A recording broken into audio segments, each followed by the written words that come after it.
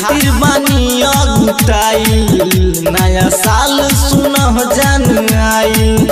जनी लेट कर रानी भेट हमारा से कलब पिकनिक एक साथे मनी बोलतानी जान हैप्पी न्यू ईयर मिले कब हमसे तू आई बुडियर बोलतानी जान हैप्पी न्यू ईयर मिले कब हमसे तू आई बुडियर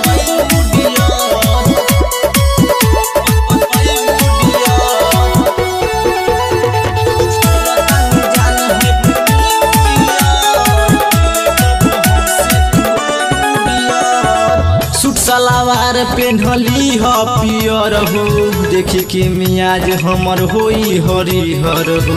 मुर्गा दारू संग चली बियर हो सुनई रानी कहतानी कम हियर हो सुनई रानी कहतानी कम हियर हो सूट सलावार पेन्हली ह पियर हो देखी के मियाज हमर होई हरिहर हो मुर्गा दारू संग चली बियर हो सुनई रानी कहतानी कम हियर हो नहीं लागताटे मन तोहरा बिना एक छंग साथे बात हम कहतानी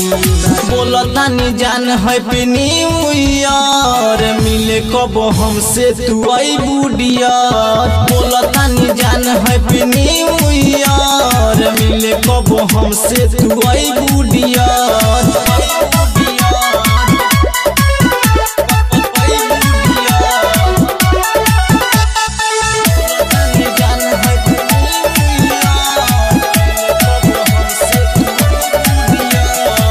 पागल भइल बाटे बादल सरोज हो